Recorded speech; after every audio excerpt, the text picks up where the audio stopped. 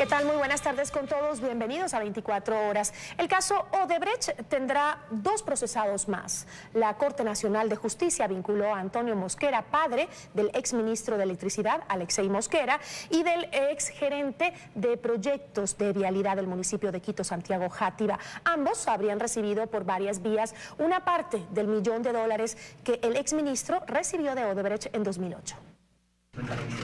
Esta vez son 4 los procesados en el caso que investiga el pago de $1 millón de Odebrecht en favor del exministro de Electricidad Alexei Mosquera en 2008. El juez de la Corte Nacional de Justicia ordenó la prisión de Santiago Játiva, socio de Antonio Mosquera, padre del exministro. Ambos son acusados de coautores del presunto delito de lavado de activos tras haber recibido parte de ese dinero por varias vías. Mediante un esquema en el que una empresa offshore de Odebrecht remitió el dinero y que después ese dinero fue distribuido a su vez entre el propio señor Mosquera, o recibió, lo introdujo al país el propio señor Mosquera y otras personas más que son las que originalmente fueron formuladas cargos y las otras que se acaban de vincular en la audiencia del día de hoy. Dada la magnitud de las transacciones y la conmoción social del caso, el juez Marco Maldonado también ordenó la incautación, retención y prohibición de enajenar bienes de los 2 nuevos procesados. Es una investigación que está terminando un ciclo para establecer justamente el curso del dinero, el rastro del dinero, a dónde fueron, qué compañías se utilizaron, quiénes fueron los beneficiarios, cuáles fueron los mecanismos de fachada que se utilizaron para esas transferencias. El abogado de Santiago Játiva asegura que su cliente demostrará que el dinero que recibió de Alexei Mosquera y sus empresas fue lícito. Se va a desvirtuar estos elementos con los que Fiscalía ha sustentado esta vinculación. Confirma que Játiva está fuera del país y no sabe aún si volverá. La última vez que yo conversé con él tenía toda la intención de enfrentar este proceso. Tras la decisión del juez, la instrucción fiscal se extendió por 30 días más. La Fiscalía no descarta nuevas vinculaciones, pues de acuerdo a los informes de las asistencias penales internacionales, habría otros beneficiarios de parte de este $1 millón que recibió el exministro Alexei Mosquera. En Quito, Fausto Yepes, 24 horas. Las asambleístas de oposición Ana Galarza y Janine Cruz rindieron su versión sobre el caso Caminosca en la Fiscalía en torno a un presunto cohecho de esa empresa al vicepresidente Jorge Glass y al exministro de Electricidad Esteban Albornoz. Las jóvenes asambleístas de oposición que han denunciado públicamente un presunto cohecho de la empresa Caminosca al vicepresidente Jorge Glass y al entonces ministro de Electricidad, hoy asambleísta Esteban Albornoz, acudieron juntas a la Fiscalía, acompañadas por otros legisladores que las respaldan para presentar su versión. Nos parece tan coincidencial que un arbitraje internacional se hable de supuestos pagos a funcionarios públicos como es al señor vicepresidente y también al exministro Albornoz. Y sostiene que aunque les intentan acosar llamándoles a declarar a la Fiscalía, no cesarán en su papel fiscalizador. Y así como les han llamado a comparecer, ella pedirá otras diligencias. Pediré la ampliación de la versión del vicepresidente y también del asambleísta Albornoz. Ana Galarza, en cambio, dijo que ellas no son parte procesal de la investigación, pues esta se inició el 1 de marzo de este año a pedido del propio vicepresidente Glass. He colaborado en absolutamente todo lo que corresponde a mi función como asambleísta y mi calidad de fiscalizadora. Mientras el abogado de Albornoz denunció que las asambleístas, pese a sus denuncias públicas, no entregaron ninguna prueba en la Fiscalía. Entreguen los documentos que dicen tener, entreguen las pruebas y que digan de qué le acusan. ¿Cuánto dinero se ha llevado el asambleísta Albornoz? ¿En dónde? ¿Quién le entregó el dinero? Pero las asambleístas dicen que esa es tarea de la Fiscalía, conseguir la documentación que pruebe las denuncias, pues se trata de un presunto delito que es pesquisable de oficio. Y que con esos documentos se pueda esclarecer toda esta nube de duda que existe sobre asambleístas y vicepresidente. La versión de estas legisladoras es reservada, pues este caso aún se encuentra en la etapa de indagación previa o investigación. En Quito, Freddy Paredes, 24 horas. El alcalde de Guayaquil, Jaime Nebot, se refirió al archivo del intento de juicio político al vicepresidente Jorge Glass. Lo hizo en estos términos. Hay una conclusión muy clara. Con la corrupción, no debe haber tolerancia, la impunidad no debe existir sanción con una justicia libre y jamás debe existir persecución, porque esa es otra forma de injusticia. Simpatizantes y familiares acompañaron al exasambleísta Clever Jiménez a la unidad de flagrancia de Quito para que le coloquen un dispositivo electrónico conocido como brazalete. El 12 de julio, la conjueza Magali Soledispa levantó la orden de prisión preventiva contra Jiménez y Fernando Villavicencio, acusados de divulgar presuntamente mensajes enviados al expresidente Rafael Correa. Soledispa dispuso esta medida sustitutiva que incluye la presentación periódica ante la autoridad. Jiménez rechaza la colocación del dispositivo y asegura que continuará en su lucha contra la corrupción. Yo hago responsable de este dispositivo y lo que pueda pasar con mi vida al Estado ecuatoriano, al gobierno nacional y a la justicia ecuatoriana. Y por mi familia tuve que aceptar esta humillante situación y la colocación de este dispositivo electrónico. Soy completamente inocente. No le he robado un solo centavo al Estado ecuatoriano. Tan solo he cumplido con mi trabajo cuando era legislador del Estado ecuatoriano. Y esta basura que me acaban de poner el día de hoy no va a impedir que yo continúe cumpliendo con la patria ecuatoriana. El ministro de Trabajo se refirió a las medidas que ha tomado esta cartera de Estado frente al decreto de austeridad del gobierno y señaló que se revisarán todos los contratos ocasionales. Yo no ando con 200 guardaespaldas, no tenemos carros por todos lados, hemos prohibido viajes innecesarios que utilicen sus vehículos propios. Es decir, nosotros como ministerio, de hecho, ya hemos tomado varias medidas de austeridad y hemos aportado al decreto de austeridad señalando que hay que revisar esos contratos ocasionales, la real necesidad de contratarlos, ¿no? Hay que revisarlos. La pobreza disminuyó en el país según los últimos datos del Instituto Nacional de Estadísticas y Censos. Quito es la ciudad con menor índice, mientras que Machala, en la provincia del Oro, registra la mayor cantidad de casos.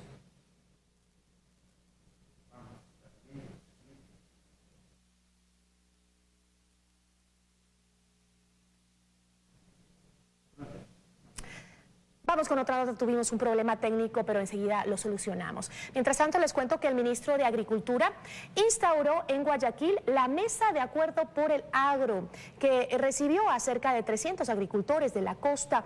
En 12 mesas temáticas pudieron exponer sus necesidades más urgentes.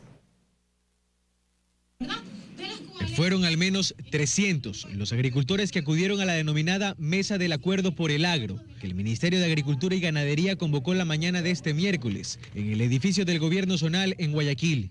Esta es la segunda reunión que instala la entidad, pues la primera se hizo el martes en la provincia de Bolívar. El objetivo de la convocatoria fue poner sobre la mesa las principales problemáticas del sector de cara a la llamada Minga Agropecuaria, que se lanzará oficialmente el 19 de agosto. Así lo aseguró Vanessa Cordero, ministra de Agricultura. En estos 10 años se ha hecho muchísimo, pero hoy más que nunca queremos potencializar el agroecuatoriano. El auditorio donde se realizó la inauguración del evento estuvo completamente copado por agricultores que vinieron de diferentes provincias de la costa. La sesión tuvo frecuentes interrupciones por parte de algunos agricultores que exigen cambios urgentes. Ahora o nunca que se establezcan normas y leyes claras de la reforma agraria. De ahí se invitó a los asistentes a instalarse en cualquiera de las 12 mesas temáticas que se ubicaron en el edificio para abordar temas como la producción agropecuaria, las políticas tributarias, comercialización, el acceso al agua, los seguros campesinos, el contrabando, entre otros temas. Una de las mesas más concurridas fue justamente esta, la mesa 3, donde se trata el acceso a crédito por parte de los agricultores. Aquí se habló de financiamientos especiales y de refinanciamiento. A veces hay créditos de invierno, de verano, que son realmente los que afectan realmente a los agricultores. Bajo ese concepto, para eso estamos nosotros, para solucionar el tema de eso con un refinanciamiento. La Mesa del Acuerdo por el Agro se instalará también en provincias como Santa Elena y Los Ríos y se realizará hasta el 24 de julio. Carlos Acoto, 24 horas. Seguimos informando en 24 horas. La pobreza disminuyó en el país según los últimos datos del Instituto Nacional de Estadísticas y Censos. Quito es la ciudad con menor índice, mientras que Machala, en la provincia de El Oro, registra la mayor cantidad de casos. Javier era guardia de seguridad, pero fue despedido hace 2 años. Sin empleo y con una hija y una esposa que alimentar, tuvo que dedicarse a vender frutas. Con $300 que alcanza al mes, más los 200 que gana su esposa vendiendo mote. Ahorita solo para poder sobrevivir, Maya. Los ingresos de esta familia los sacan de la pobreza, y es que se evidencia que la pobreza por ingresos a escala nacional en junio de 2017 se ubicó en 23.1% en comparación al 23.7% de junio de 2016. Juan José Salcedo es investigador económico en la Cámara de Comercio de Guayaquil y traduce mejor las cifras. Lo que está ocurriendo es que la clase media se empobrece, pero el nivel más bajo de la clase social no ha tenido una reducción significativa de ingresos porque no han habido cambios importantes en esa área. Quito es la ciudad con menor tasa de pobreza, con 7.8%, mientras que Machala, la de mayor incidencia, con 14.4%. Pero el INEC también arrojó otras cifras, como por ejemplo que el subempleo aumentó en el país. Entre junio de 2016 y junio del 2017, otros 390.860 ecuatorianos pasaron a las filas del subempleo. Esta categoría tuvo una variación de 16.3% a 20.5%. Es lo que nosotros denominamos desde la Cámara de Comercio el guinguirigongo laboral. Está bajando el desempleo, pero vemos cómo se deterioran las cifras de calidad de empleo. Joana Ramos, 24 horas. Y en estos últimos 10 años, el Ecuador ha logrado una reducción de 9.31% en el trabajo infantil. Por esta razón, se realizó la red de empresas comprometidas a erradicar el trabajo de los niños en las calles. Aunque hay una reducción en las cifras en la última década, aún 257.000 niños en todo el país trabajan y no disfrutan de su niñez. El problema se ahonda sobre todo en el sector rural. El ministro de Trabajo ya habla de medidas. Vamos a hacer un trabajo muy importante con los bananeros, con los cañicultores, con los arroceros, con todo el sector agrícola, que ya nos han dicho que van a trabajar en conjunto para erradicar el trabajo infantil. Una de las medidas para erradicar en su totalidad el trabajo infantil es la red de empresas por un Ecuador libre de trabajo infantil, que este miércoles fue relanzada. Esta red tiene a su lado 38 grupos de empresas que están involucradas en ayudar a las familias y a los niños. Más de 14.000 personas sensibilizadas y capacitadas a nivel nacional.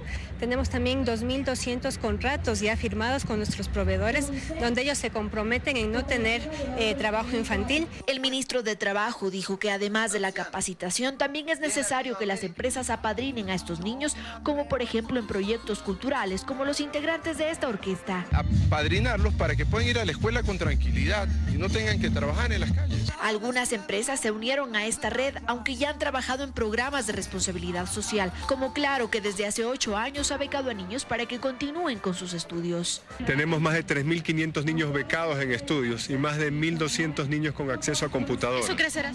Eso va año a año, cada año se van adheriendo más. El objetivo de esta alianza público-privada es erradicar completamente el trabajo infantil hasta el 2021. En Quito, Andrea Samaniego, 24 horas. Revisamos ahora otros temas. Tras las quejas de importadores sobre la excesiva normativa que deben cumplir en el Instituto de Normalización, el director de la entidad asegura que los reglamentos que se exigen son técnicos y niega que haya una sobreregulación.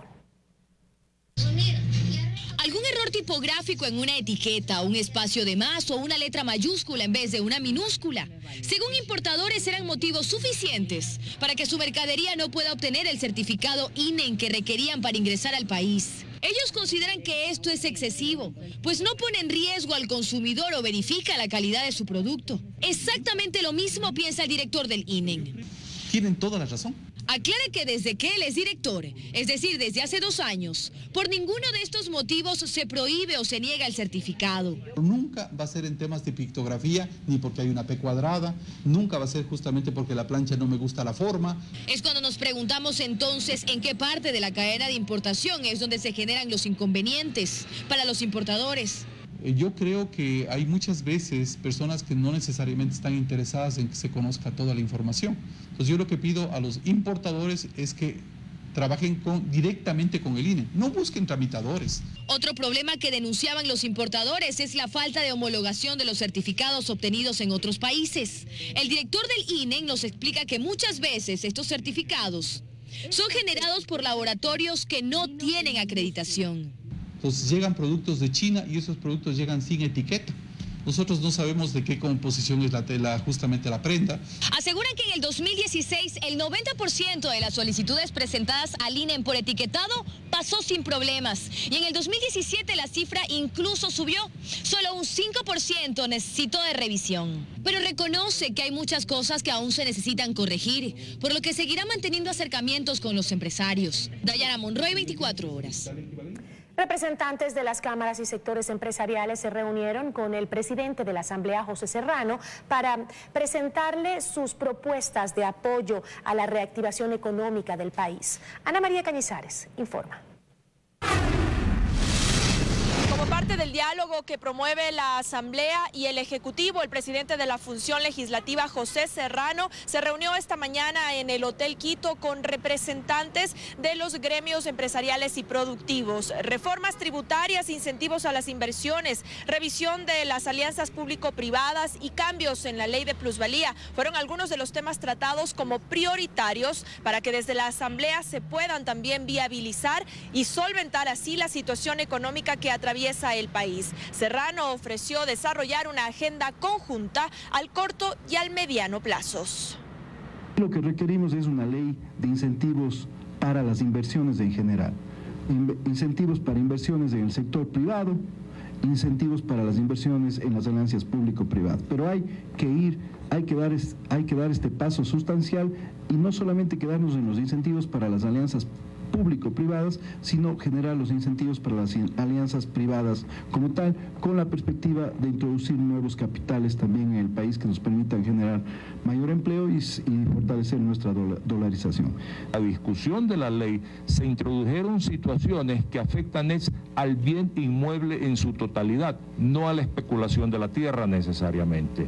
Y hoy por hoy se ha convertido esto en una situación gravísima para quienes buscan comprar una vivienda, pero primero vendiendo su propiedad. Desde la presidencia de la Asamblea se ha ofrecido generar los primeros resultados de estos diálogos en los próximos días, un tema que sin duda genera expectativa en el país. Los narcotraficantes siguen buscando nuevas víctimas, identifican a los mejores navegantes y a quienes tienen deudas para poder reclutarlos. Compartimos con ustedes algunos testimonios. Los esposos de estas mujeres dijeron sí, y hoy están pagando penas de 15, 12 y 8 años de prisión muy lejos de aquí. Son 110 los pescadores de las zonas de Jaramijó y Arenales, los que por narcotráfico están en cárceles en el exterior. Pero este número podría crecer incluso, pues los narcos siguen aquí y saben bien a quién seducir. Buscan a las personas que están, a los pescadores que están en fracaso, están embargados. Los pescadores que tienen deudas y se cercioran de que sean los mejores navegantes. A ellos los acechan. ¿Cuánto le estaban ofreciendo? A mí por ahí me llegaron a cerca de 60.000 a que se hagan un viaje así. Y es que encontrar a quién seducir para los narcotraficantes no es difícil. Realmente es una tarea que les resulta fácil, pues la mayoría de pescadores aquí tiene deudas y ellos les ofrecen hasta $80.000 por una sola vuelta. Yo tengo 2 deudas en el banco. Hay gente que ha prestado de 20.000 a 30.000. Sí, más o menos unos $5.000. Y ya tuve que vender una lancha porque ahora me llevaron un motor, pues, y ya, ¿con qué trabajo? Hay pescadores detenidos en Estados Unidos, México, Honduras, Costa Rica, El Salvador y Colombia. Allá nadie los defiende. Los engañan con un viaje de $3.000, $4.000 y no queda ahí. Puede ser que haga el primer viaje, pero después vienen y lo someten, que si no vale, matan a la familia y ya tiene que guiarse a esa línea. Pero el estar detenidos fuera de su país es la realidad en el mejor de los casos, pues hay otros 8 de quien nadie sabe nada. Son pescadores desaparecidos. A veces nosotros decimos que vida es plata fácil, pero no es plata fácil, porque es duro de irte y dejar a tu familia, tu esposa y tus hijos abandonados. Nos vemos atrapados porque a veces no los da ni para la comida. Hoy tienen miedo de hablar ante cámaras, sí, nos confiesan, pero quieren que las autoridades ya no digan que no saben lo que está pasando. Las autoridades vengan, los capaciten, lo orienten, para que no se dejen tentar por esas personas. Y que exista alguna forma de refinanciar sus deudas o quizá perdonarlas. Pero como van las cosas, aquí parece más probable que $80.000 caigan del mar. Con cámaras de Billy Bastidas desde Jaramillo y Arenales, Dayana Monroy, 24 horas.